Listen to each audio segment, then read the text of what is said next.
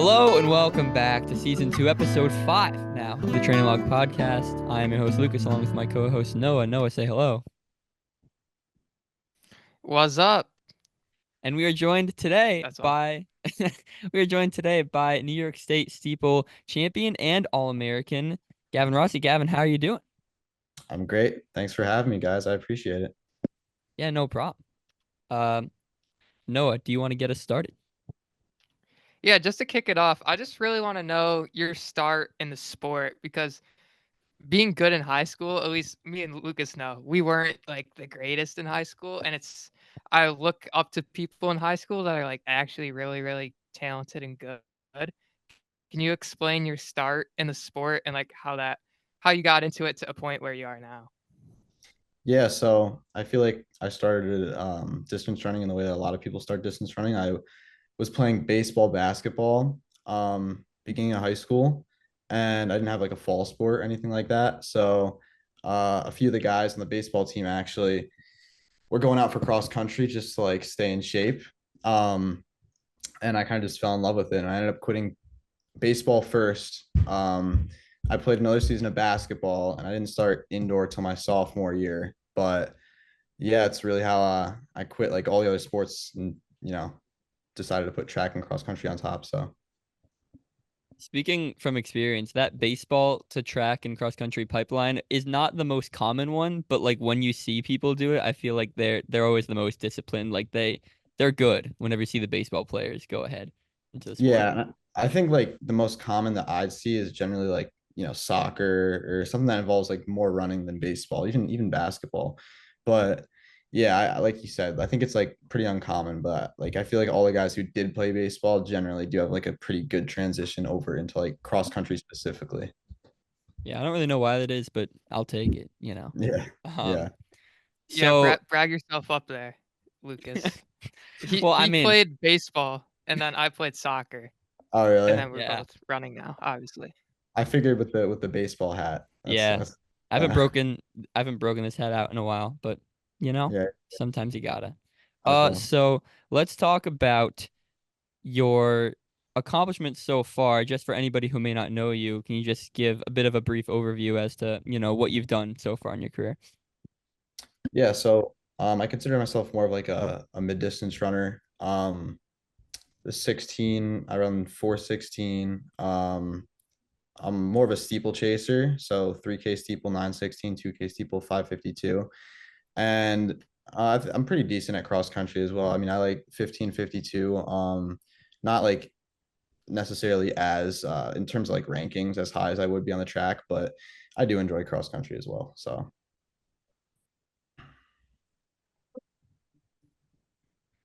Yeah, and we were talking before this pod started, but you went to nationals for New Balance, right? Can you mhm. describe that experience and how you did?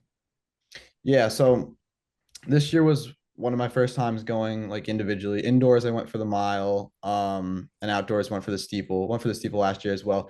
Generally, our team does do a lot of relays at nationals, so it was like good to find success in an individual event, which would have been the 2K steeple, where I got sixth. I was really shooting for All American this year because last year I think I had seventh or eighth. I think I was literally a spot off, but I was in the second fastest heat last year. So being in the fastest heat this year definitely helped to get that All American spot. So I was really happy with that. How about the kind of New York dominance of the steeple? I feel like whenever I check like the nationals results, there's so many New York guys up there. Is there something to that about the New York guys, and what can you say about like the New York steepling that there has been going on? Yeah, I mean, I think this year especially, I mean definitely in past years as well. I think there's just a really good steeple culture in, in the Northeast and specifically in New York. I mean, yeah, if you look at like the national rankings, like it's always like predominantly New York guys. And the thing I like about that is like, there are other states that do it, and to see New York specifically on top is great. I mean, there's a lot of other events that New York definitely isn't as strong in, but specifically down near the city. And I know this year there was some guys in Long Island as well, just great steeplers. So whenever you get to race them, it's just a great experience. Yeah, can you talk me through some of your steeple, like what do you do for steeple in practice? Because I know, like in my high school, our coach was like, I never steepled because I'm scared and I don't want to jump that.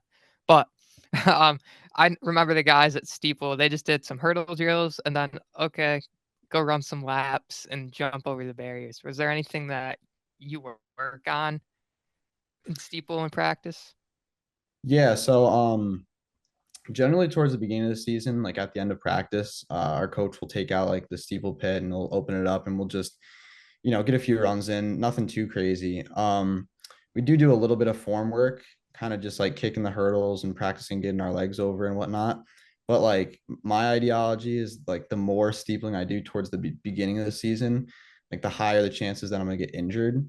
So mainly focus on just the running aspect of it. And then towards the end of the season, I did one workout that was, I think, 800 reps with hurdles. But other than that, in terms of like repetitions, I don't really incorporate too many hurdles just to, you know, that cushion of like not getting injured is really what I'm shooting for. Do you Yeah, remember? how fast Oh, were those 800 reps that's with exactly what I was hurdles? gonna say. Yeah. Honestly, I think they could shoot. I think I was going goal race pace, so 220s was probably the range. It's really hard to go faster than that with hurdles, I'll say that. So that was I think 220s was probably where I was at. So when you started out, regardless of if it was the steeple or the mile or whatever event, were the times right there immediately, or did you have to work at it eventually, or were you just kind of always in the thick of it as soon as you started? I definitely was not at like the times that, some people, because what I'll say is I noticed a lot of high schoolers will come in and they'll, run really good freshman year, sophomore year and kind of plateau. I think I've had a really good progression just coming from training. Freshman year I was running just sub 5, which was definitely good for a freshman, but in comparison to where I'm at now, I think that I've had a really exponential progression.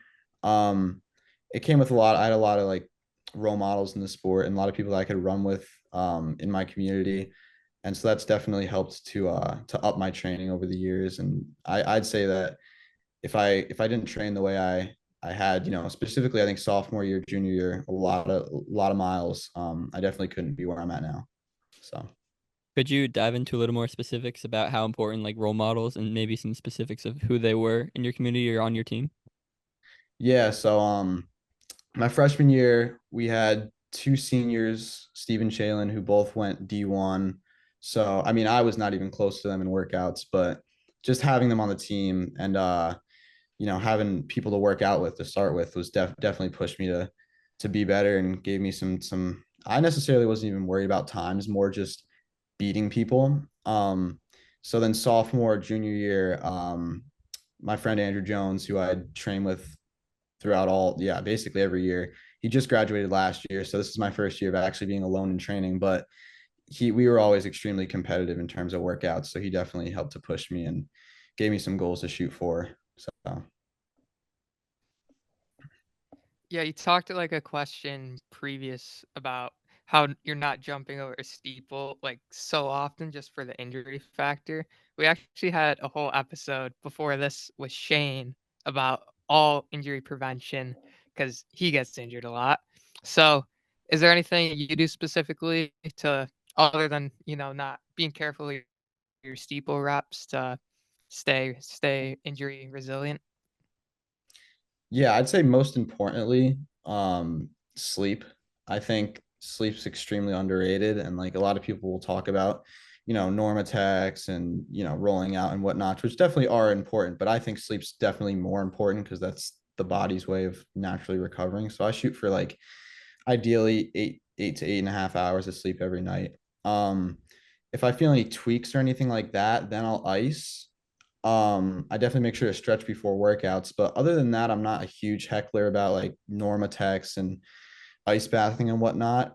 I'm more of like a deal with it when it comes around. So I don't know if that's the best way to treat it, but it's worked up until this point.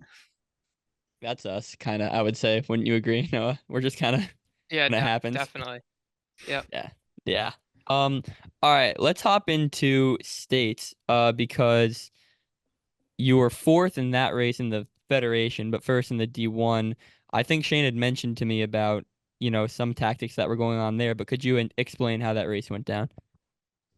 Yeah, so I think I had two mentalities going into it. It was just a matter of like which one I had to figure out. And I could have chosen to kind of go for it and go for the first place. The top seed, which was like 9:07, was hugely ahead of my PR at that point, which was like 9:31.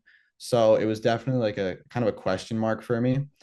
And the other option was to just sit and kick on the people who mattered in terms of like the Division 1 schools. So the night before, I'm laying there in the hotel and I'm thinking to myself, which way am I going to do this? Because I'm afraid that if I choose to try to win it and I go out super hard, I could die and give up the Division 1 title. So I took the safe route, went for the Division 1 title, sat and kicked. I definitely regret it looking back on it because I crossed the line with a lot more in me, and I think the winning time was a little bit less than 10 seconds ahead of me. So probably could have won the whole thing, but what are you gonna do now? Yeah, it's true. Still a massive PR though, right? You ran what, 9:16, and what do you say you ran before? 9:31. Yeah, it was pretty big PR. Okay, so going to that race, what gave you that much confidence that you're like, I can win this whole thing? Well, looking back at and another thing is like locally there's good steeplers as well. So I kind of know what I'm pitted up against. Um, so there was a Monroe Woodbury runner who was seated ahead of me. I think he was probably the only Division 1 guy seated ahead of me. And so I've raced with him before. I kind of like know what I'm getting into. So I knew that I could definitely sit on him. Um, with the other guys who were ahead of him, I hadn't necessarily raced them in like an all out steeple just because with the steeple is like I like to run it once to qualify for states, once at nationals, no more, no less. So going into it, it's kind of a question mark. But I definitely have always wanted to win a state title. It's kind of in my mind bigger than anything I could have done at the national level. So getting that state title was just huge for me, and I think a testament to the work that I feel like I put in for the steeple over the years. So Yeah, I was gonna ask you, did the win at states and the D1 feel better than the All American? in terms of like the title itself, like I just really think that I worked for that state title more than I felt like I worked for the All American, just because I think the 3K is so much harder than the 2K steeple for me specifically as well, just because I consider myself more of like a mid distance runner. Kind of hypocritical because next year in college there's no 2K steeple or anything like that, but yeah, I think I definitely worked harder for that state title, so it definitely means more to me. All right, so let's talk a little bit now about your future endeavors, aka college. Committing to Monmouth. Did I say that right? Monmouth or is it Monmouth? Because that's how it's spelled. Yeah, a lot of people get it confused. It's Monmouth. Okay, Monmouth. I'm gonna be honest, and this is no disrespect or anything. I don't really know anything about their program, specifically about track and field and cross. So tell us a little bit about what went into that decision. Yeah, so initially when I was visiting schools, and this is the first thing that I noticed about Monmouth specifically was the campus was beautiful. Like I could definitely see myself spending like, more than half my year there. Very beautiful campus. Um, the program as a total team is like very successful. They're in the CAA. They were in the MAC conference. I think they've got second at CAAs this last indoor. Overall, I think they have really good sprints as well. They're definitely building up a good distance program. So my recruiting class has, I think, 7 or 8 guys, which is a lot for a distance program to bring in 1 year. So I'm really looking forward to like develop with that team and meet the guys. And I think that, you know, a year, 2 years from now, that we're going to be like a powerhouse in the CAA and hopefully compete with the bigger teams distance wise, such as like Stony Brook or Northeastern. So that's a goal of mine. Definitely. And what's your training looking like now? Have you started summer training up, and how is that going? Yeah. So I started about a week after nationals, so I'm about 3 weeks in right now. Um, it's been hot, I'll say that. I definitely like the program. They have me doing a lot of like hill work and whatnot because it isn't necessarily as hilly at Monmouth because it is like on the beach in Jersey, so there's not necessarily any mountains like there are in Minisink where I live. Um, so a lot of hill reps, a lot of mileage and a lot of humidity, but it's going well so far. Dude, this heat and humidity has been absolutely brutal. I mean, Yeah. just the worst. Mhm. Noah, like I know I ask you this repeatedly. Is it as bad up near in Canada where you are? I think you guys are definitely a little hotter, but I think I run like a week ago, like my lawn run. Like you can legit see it wasn't raining, but you could see the water molecules in the air just because of how humid it was. And then my shirt probably had like 3 pounds of water in it. It was absolutely disgusting. You ran with a shirt on? Yeah, I haven't you run gotta with a you, you gotta get heat adapted, right? I guess so, but I haven't run with a shirt on once the entire summer. So Neither have I. I yeah. can't bring myself to do it. Yeah, it's awful. Yeah. And you said that about like the water molecules thing, like that's a novelty. That's been every single day here. I mean, literally every single one. So Yeah. it's been bad. But So all right. Oh, you want to go? You want me to take it? I'll go. Okay. So comparing that to your high school training, I just want to know how many miles a week you were in high school because we Okay. were both pretty. Did we have the same Yeah, question? we had the same Definitely, right? question. Yeah. Um, so we were both come from like low mileage programs. I was hitting like 25 to 30, like more 800 focused. Even in cross country, like I had to run extra outside of practice just to hit 30 miles a week. So I'm curious for from your perspective, like how much were you hitting?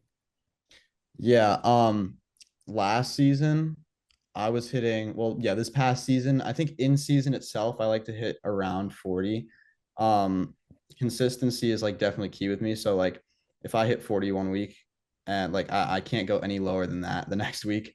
Like I'm like a heckler about that. Um, in the summer, last summer build up, I was doing a lot of mileage. My cross country coach had a very complex, but it worked, like very intricate training program. So he was pulling workouts from even some college programs and kind of like obviously watering them down. But um, I peaked at around 78. I think I did 2 weeks of 78 miles. And then Monmouth is very similar. I think I'm going to be peaking at mid to high 70s ideally. So it's kind of just what works for me throughout the summer. But then in season, I like to keep it no more than 50 in a given training week. That's very interesting. Because I know the way we're doing it and the way I think I've been seeing a lot of programs do it is, you hit your peak like you say, but then we don't take as much of a drop off. Do you think it really helps you taking like a big, going back down to 50s, like a more than a 20%, I don't know math, but like more than a 20% decrease where you're maintaining. So does that help you? Do you feel that help you? Yeah, I kind of think of it as like a really, really, really dragged out taper. Like because it's not. I think in indoor I have a cycle. It's not necessarily the mileage that's increasing. It's just the volume of the workouts. So by the time I'm at the end of outdoor, I still have like the aerobic buildup that I did from the summer, but I didn't initially drop from like 78 to 50. I think I went down like 60, well, 65, 60, and then I kind of like plateaued at 50 during cross. But from the way it worked out this year, I really never lost that buildup from the summer, which was kind of surprising because, like you said, I mean, 70 to 40 miles is literally 30-mile difference. But for whatever reason, it played out pretty well this season. So Yeah, you talked about some team goals going into this next year. What are some individual goals you have for yourself in cross and then indoor and outdoor? yeah, so I don't necessarily like setting like time goals specifically. More placement and like scoring goals. So I definitely would like to score at conference in the steeple if I have the opportunity to run at conference come outdoor. in terms of cross, I want to try to make the top seven. So that's definitely my goal. Adjusting to that, I just want to healthily adjust to like 8Ks and 10Ks. So that's probably my top priority for right now. But in terms of times, I think on the track, getting as close to sub 9 in the steeple would be nice. And definitely lowering my 16. Well, it would be, I guess, 1500. So we'll just say sub 4 for the 1500 would be the goal as well. Um, speaking from experience, I don't want to speak for Noah as well, but in my opinion, as long as you have a good training plan or good coaching, which, by the sound of it, it looks like you do. The 8K really did not hit me like a ton of bricks. I don't know about you, Noah, but like once you just adjusted well, it kind of just was a seamless transition. I don't know. What do you think? I definitely, honestly, I was just gonna say that I liked 8Ks better, even though I'm Yeah, like a shorter difference distance guy. It's just not as fast. Um, as eventually, like like for both of us, our 5K in high school, we were ending up splitting in an 8K anyways, just yeah. because we got fitter. But you don't, in high school, a 5K, everyone like sprints right off the start. It's not really like that in college where you're sprinting the whole first little bit, um, and just like absolutely gassing yourself. And I don't know, I like 8Ks better. It's a little easier to adjust into that pace. I'm Yeah. looking forward to it. I like more of like a tactical race anyway. So Yeah. Then you'll enjoy it then. I think it's very enjoyable. Plus, weirdly, a lot of Northeast courses as opposed to high school. And then, I don't want to speak for, what courses you guys or meets you guys are doing, but around us, upstate New York, that kind of thing, all flat. I mean, we had like one hill. We raced like two hills all of cross season. yeah, that's what I was told by my coach as well. Because initially I was a little bit worried. I was like, I'm used to doing like so much elevation in a given week, and at Monmouth it's fairly flat. And he was reassuring me like, hey, once you get here and you're racing for us, like there are no hills. It's I Hmm. mean, if there are some, it's very minimal once you're racing. Yeah. Yeah, I think a lot of you're section 9, right?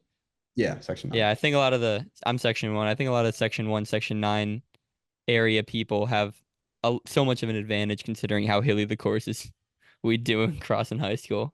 Just Yeah, ridiculous. yeah, Um, definitely. Although they took out the Bear Mountain Hill, which the year I left pissed me off. I don't know if you race there that often, but Yeah, I know that I think they're like this is what I heard. I don't know if it's necessarily true, but I think they're like redoing the surface. So I don't know if they're gonna like have our sectional meet there, but I think they're like gonna have counties or something. I don't know, but they're gonna be back. Yeah. I think I did hear that about bringing it back. But Yeah, either way, hopefully. question for you: what do you think about the fact that I don't know about regionals in D1, but I know nationals is a 10K. Do you have any opinion? Like, why do you think they do that? I personally don't get it.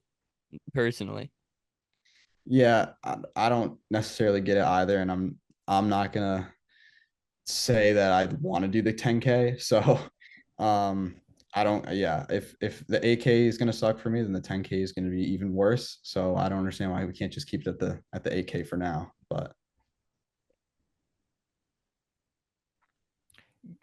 Going into college, I was nervous, and I bet Lucas was nervous too. I feel like everyone's nervous.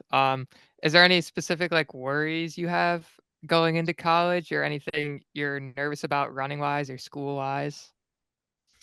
I'd say primarily just adjusting to like the training along with just like the day-to-day of classes and and whatnot, like social life with the team.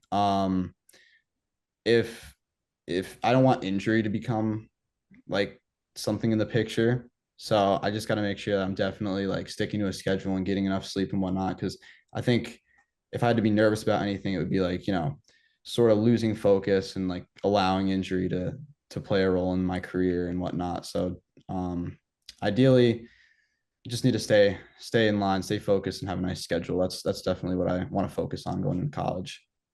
what I've noticed in college is that if you and I assume you have this in high school, but college, it's just a whole nother level. You just got to have a great team around you. And hopefully you saw that on your visit. But like, I know and no, I think we can speak on this too. We got there and everyone was great right off the bat. And so from then on, we were just like, okay, this makes the adjustment a lot easier for us. Yeah, definitely. Everyone, I don't know, right? There's really nothing to worry about because right when we went in, it's like, boom, we already have a group of 20 guys and 20 girls that are friends, with us right in. And I was nervous. I'm like, oh, what if I don't fit in or anything? But it ended up working out. But switching gears, I want to talk a little bit more about training and specifically lifting. Like, I know I lifted in high school, but a lot of people don't lift in high school at all. I wonder what your experience is with that. Yeah, so over the summer, and up to this point so far, I've really just been doing like body weight, like push-ups and dips specifically. Um, in season, we did hit the weight room. It would generally just be more like reps over weight, obviously. I'm not huge on weight room because I think it does make you a little bit less fresh if you have a workout or a long run the next day. Um, Me personally, I think body weight's the best way to go for distance running because you're not necessarily lifting more than, you're obviously weighing, but you still do like get definition and stamina and strength out of it. So I think 100 push-ups a day is what I've been doing, and that's probably what I'm gonna stick with for the rest of the summer. Staying on the training topic, it might be difficult to remember, especially the specifics of it, but do you have like a favorite workout that you did in high school or one that like made you realize, oh, I'm this fit or something just made you feel really good? Something about like that. Yeah, my favorite, like in general, my favorite workout would be K repeats. Because even just as a tune-up day before, like a meet or whatever, 2 or 3 K repeats always like gives me a good idea of like what sort of shape I'm in.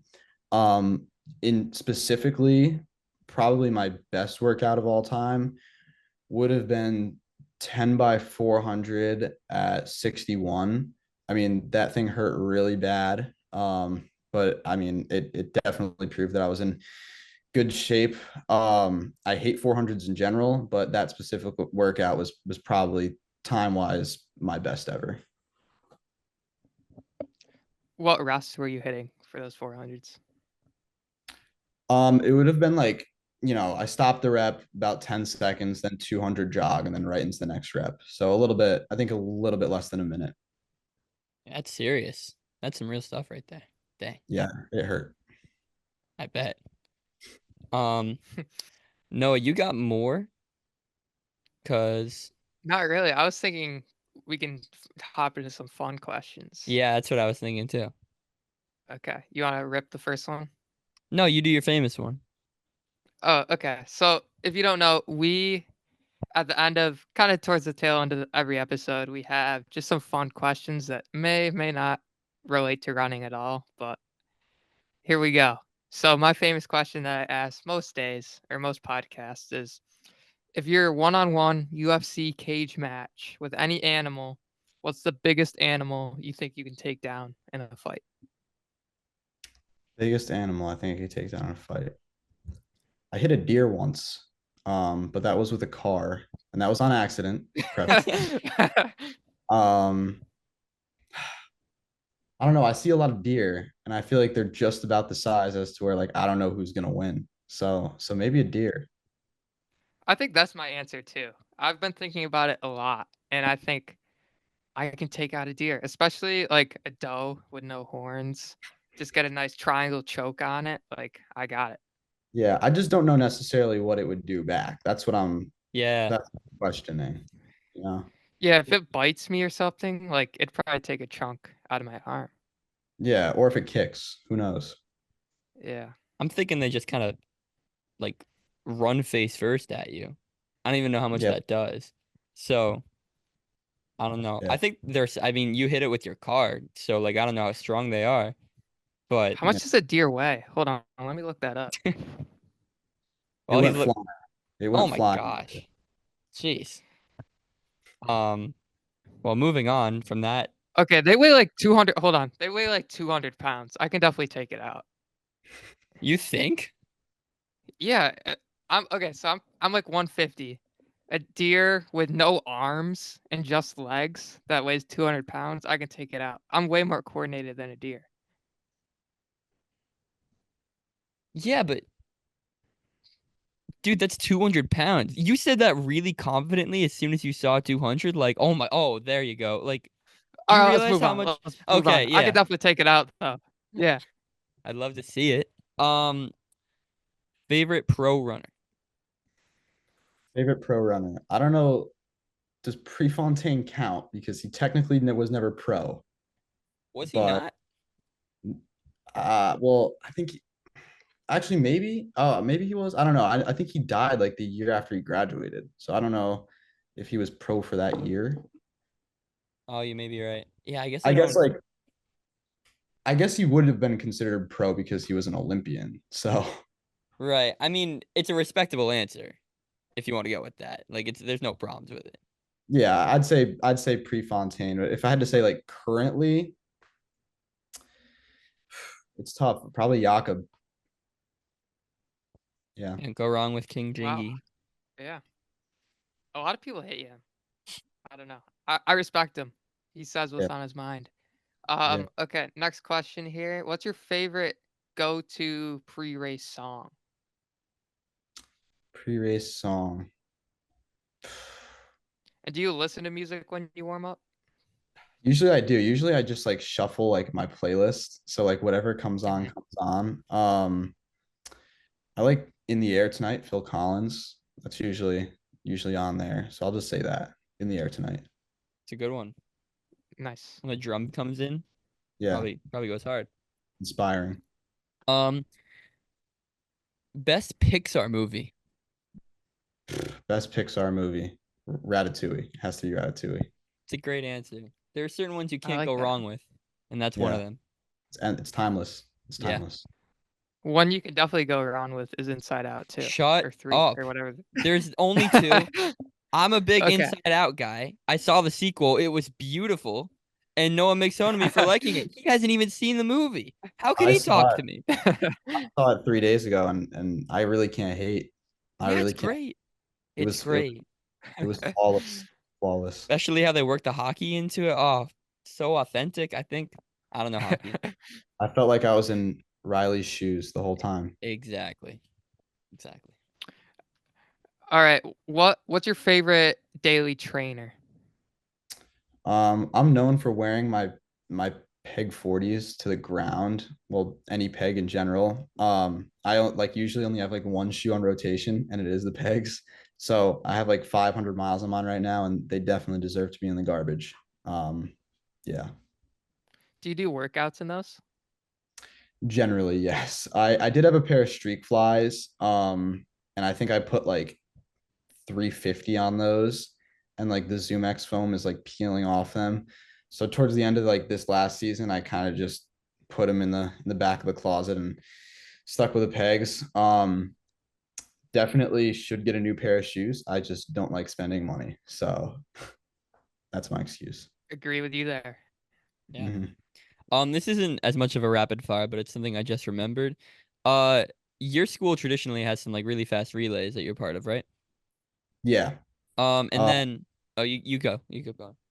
I was just gonna say, yeah, like especially the past 2 or 3 years, we got a new outdoor coach who's definitely more sprint oriented, but he helped to put together pretty successful SMR, and he has me in the 4x4. So that's definitely an experience. But I can't say it's probably the most exciting event that I do run. But it's also probably the most painful event. And then correct me if I'm wrong, but you also have a brother is that's also on the team, right? Yeah. What's that experience running like with him? Probably on some relays together, I assume. I don't know. Yeah. He's now going into his junior year, and he would have started cross country this past year. And he ran outdoor track last year, but he was doing high jump, I think. He was not running at all. Um, he similar to me, he was doing football. Well, I wasn't doing football. He was doing baseball, basketball, and he was also doing football. So he never played cross. And our cross country coach convinced him to hop on the team, and so he's stuck with distance running ever since.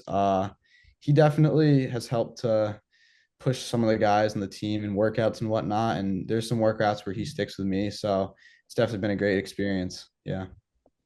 Very nice. What are you splitting in that 400? Uh, my PR was 50.4 in a split, but that was also the slowest leg on my team. So Oh wow. yeah, Dang. we What was its total time then? um I think our PR this year was 319. Um we had a sophomore go like 48.4, and then we have another senior who went like 49 low, and then another 50 point. So definitely a stacked 4x4 squad. I'm actually the alternate. And then our other 49 guy was injured the whole season. So I was the next in line. Wow. Yeah. That's quick. Yeah. All right, this is my favorite question to ask anyone ever, but best season to run in, like summer, fall, not like indoor, outdoor, but like summer, fall kind of thing. I'd say I'd say the fall. Um it's like not cold enough as to where I'm in like long sleeve necessarily, but it's never hot enough as to where I'm like the heat's a factor in my training. And also it's really nice aesthetically, I feel like, with like, the leaves and whatnot. So I'd say definitely the fall. My answer used to always be, "Oh, I love summer training so much," and then this summer happened, and it might have sunk to the bottom of the list. Like this is just oppressive. This is horrifying. I mean, Yeah, it really is. It's a grind. yeah, for sure. That makes us better. All right. You're right. My last question is if you can jump in a pool filled with any material, whether it be jello, water, whatever, any material, what pool are you jumping into? Probably chocolate milk. Nice chocolate milk pool. I feel like that'd be refreshing. Um, I'm always like nervous, like is it gonna be dirty because I jumped in it? But assuming it's like clean chocolate milk, I'd say chocolate milk pool. Solid. Probably the best answer we've gotten to that, right? I mean, there haven't Yeah, been I would love many a of us. chocolate milk pool. Yeah. It'd be, I don't know, coming out of it would be a little gross, but like when you're in there, it'd probably feel nice. I mean, Uh, coming out of a pool with anything, probably Right. that isn't water, probably would suck. So, mhm. Yeah. all right, last one, my famous one, because at the time we started this podcast, all the Taylor Swift, Travis Kelsey thing was going down, and I was kind of getting tired of it. So, does Taylor Swift deserve, as an artist, all the praise that she gets? For me personally, no. I don't listen to Taylor Swift. Um, if you asked anyone else in my family, they'd say yes, because the rest of my family is Taylor Swift fans. Um, Probably because my family is all Taylor Swift fans. That's what's driven me away from her, because she's very annoying to me because she's always being played. For me personally, no, she's overrated. I agree. That's a great answer. I agree with you. Yeah. I appreciate it. I appreciate Yes. it. All right, but that's really gonna do it. Thank you so much for coming on, spewing all your wisdom. It's great to have you. Noah, anything you got before I wrap it up? No, I'm just looking forward to Chris Shimkiss coming on a pod next week. That's my thing. Um, and I want to steal it from you. But Gavin, I appreciate you coming on. It was fun. Good talking to you. Yeah, great talking with you guys. I appreciate it. Yeah, so that's gonna do it. We'll see you guys and stay tuned for Chris Shimkus next week.